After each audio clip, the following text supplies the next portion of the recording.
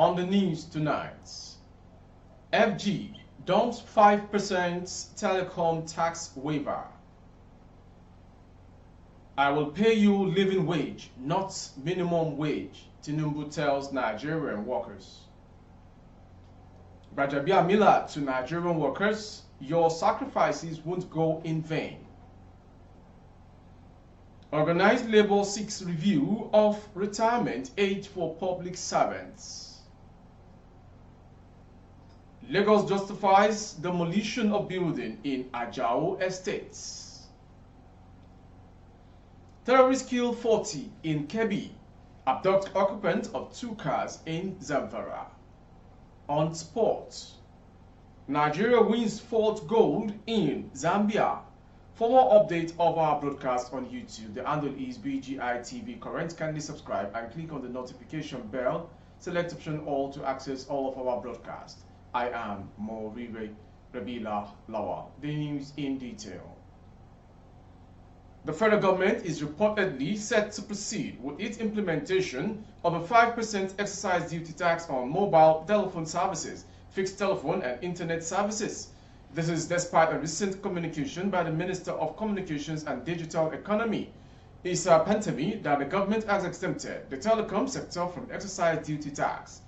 In September last year, the federal government suspended the proposed excise duty on telecommunication service for the first time. The suspension was announced by Pantami during the inaugural meeting of the Presidential Committee on Excise Duty for Digital Economy Sector. According to the minister, the information technology and communication sector, especially the telecom industry, is already overburdened by excessive and multiple taxations, which will likely adversely affect the sector if the government fails to take any precautions.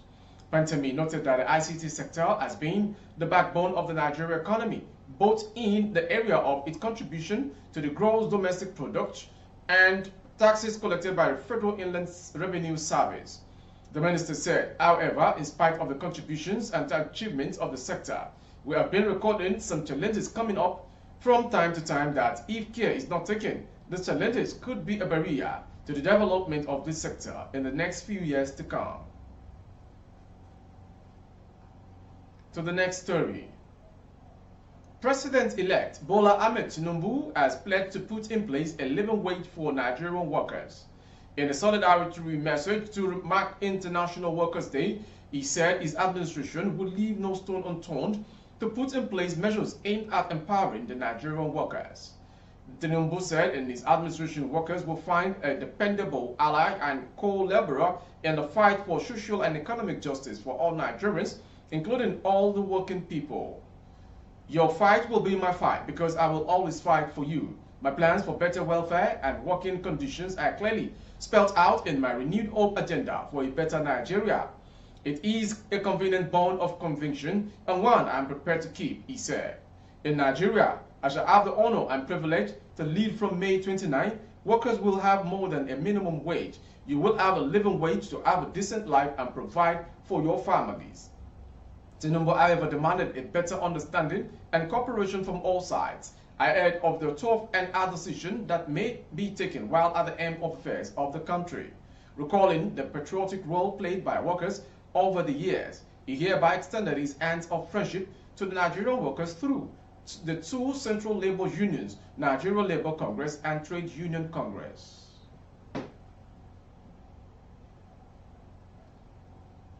Speaker of the House of Representatives, Femi Gbajabiamila, has lauded the efforts of Nigerian workers on the occasion of this year's International Workers' Day. Gbajabiamila said the Nigerian workers had paid their dues over the years and therefore deserve to be celebrated always, not just on Workers' Day. Recalling the sacrifices of Nigerian workers, Gbajabiamila, in a statement by his media aide, Larry Lasisi, said such would not go in vain, noting that they would continue to reap from their good works. He said Nigeria would not have been what it was today for the diligence, dedication, and commitment of workers at various levels. Gbajabiamila saluted them for their invaluable contributions to the growth and development of Nigeria, even as he urged them to do more for the good of the country. And to the next story. The organized labor on Monday demanded a review of retirement age for all public servants from 60 to 65 years and from 35 years to 40 years of service. The organized labor made the demand during this year's Workers' Day celebration with the theme Workers' Rights and Socio-Economic Justice. Past and present leaders of the Nigeria Labour Congress (NLC) and the Trade Union Congress (TUC), as well as those of other affiliate unions, converged on the Eagle Square, Abuja, on commemoration of the 2023 May Day celebration. This year's May Day celebration will be last to be held under President Muhammadu Buhari-led administration. The organized labor also demanded that an independent panel be set up to investigate the chairman of the Independent National Electoral Commission (INEC), Professor Mahmoud Yakubu, and his team over their conduct in the 2023 general elections. The body demanded an investigation into the sending of 12 billion naira by the Ministry of Aviation to buy 10 fire trucks. The president of the NLC, Comrade Joe Ajaero, said equity, fairness, and justice underpins the survival of societies and creates resilience for nations in the midst of upheavals and turbulence, noting that Nigeria needs the presence of this mass to jumpstart the process of development. Going on to Lagos State.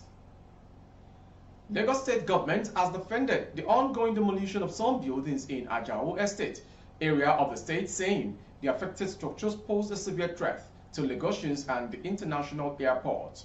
The general manager of Lagos State Building Control Agency, last BCA, Bolao Oki, who gave reasons for the demolition on yesterday, said 12 buildings were marked in the area for demolition and for non-compliance with the state's law regulating the construction of buildings in the estate. Oki said the affected buildings were erected by the owners along pipelines and sited in close proximity to Murtala Mohammed International Airport without obtaining construction approvals from the federal government through Federal Airport Authorities of Nigeria, FAN, and the state government. Aside from not obtaining any approval, the affected structures were said to have been built by their owners on pipelines channeled to the transport aviation fuel to the Ikeja Airport. The state government also clarified that the buildings, which were pulled down on I.K. Peter Street, Ajao Estate, were discovered to have been constructed by their owners, encroaching on airport restricted areas. Oki, who briefed newsmen with the general manager, business development, FAN, Isent Ungu, stressed that the buildings lacked required approvals and were sited around airport restricted areas, while some were on aviation fuel pipelines. According to him, if the situation was not urgently tackled, the disaster that would occur from it could claim dozens of lives and property in the state, adding that the builders also lacked required documents as approvals for construction in that area, while maintaining that the buildings were illegally constructed out of clear disregard to the requirement of extant laws. He said the buildings had no planning permit and were built around the pipelines. Going on to Kebbi and Zamfara. Terrorist attack Don Umaru village in Kebbi State, killing 40, including 6 police detectives. The terrorists, according to a report by BBC Hausa Service, monitored by correspondents on ground, operated for hours in the village, where they blocked exit points and made it difficult for people to escape. The killers also looted Russell livestock belonging to the helpless locals in a siege in which the 6 police operatives were reportedly killed. After causing havoc in Don Umaru village, the terrorists moved to neighboring villages where they caused mayhem and razed down houses. Reports said over 20 were buried in Kebbi, while 3 locals were killed in a similar terrorist attack in a community at Zamfara State at the weekend.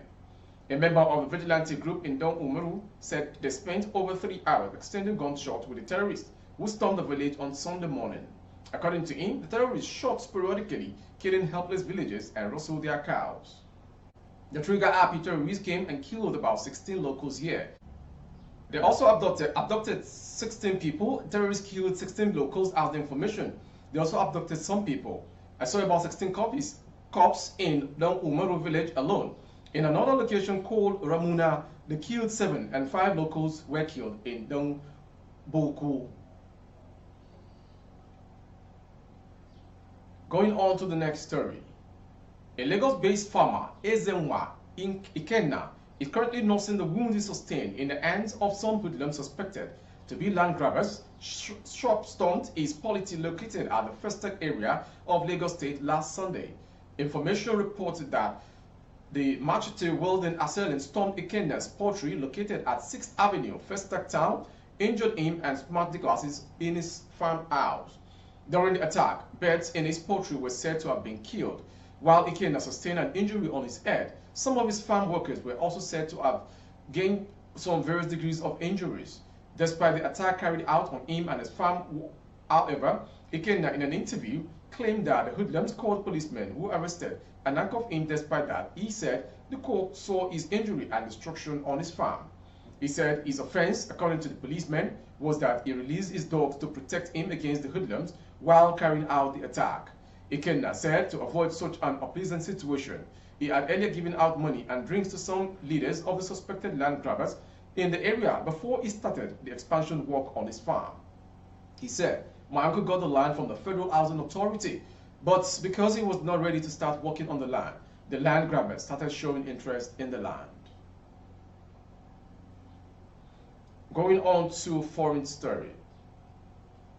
Turkey President Recep Tayyip Erdogan has announced that Turkish forces in Syria have killed the leader of Islamic terror group ISIS. Erdogan said the group's chief, Abu Hussein al-Quraysh, has been neutralized as part of Turkish intelligence operation on Saturday. Agents are believed to have killed the terror chief in Jindiris, a town in northern Syria, about 4 miles from the Turkish border, the Sun UK reported. Erdogan told the TRT Talk TV station on Sunday that this individual was neutralized as part of an operation by the Turkish National Intelligence Organization in Syria. MIT, the National Intelligence Organization, has been tracking the so-called leader of Daesh, Abu Hussein al-Quraysh, for a long time. The operation is said to have involved targeting an abandoned farm that was being used as an Islamic school. And to the last story on sports. Team Nigeria on Sunday added 2 gold medals to take their medal tally to 6 at the ongoing 4th African Under-18 Championships and the 15th African Under-20 Championships in Ndola, Zambia. The team now has 4 gold, 1 silver and 1 bronze medal. In the athletic event, Okpeyemi won a gold medal in the women's Under-20 400-meter final after returning a time of 52.60 seconds on day 2 of the event. In the athletics events, also Samuel Ogazi won a gold medal in the Under-18 men's final with a time of 46.08 seconds. Prior to the 2-medal haul on Sunday, jumpers Fejiro Njoma and Grace Oshoku won gold medals in their opening events. That ends the World News this hour from BGI TV Current. Before we go, some major headlines. FG dumps 5% of telecom tax waiver. Mayday, I will pay you living wage, not minimum wage, Tinubu tells Nigerian workers. Bajabiamila to Nigerian workers, your sacrifice won't go in vain. And on sport, Nigeria wins 4th gold in Zambia. For more updates on YouTube, our handle is BGI TV Current. Kindly subscribe and click on the notification bell. Select option all to access our broadcast. On Facebook, Bagede Imo with Alawiye Adebayo. Please like and follow the page. For advert placement of goods and services, coverage of events and functions, please dial the phone number streaming on your screen. Thank you for watching. I am Morire Rebila Lawal. Good evening.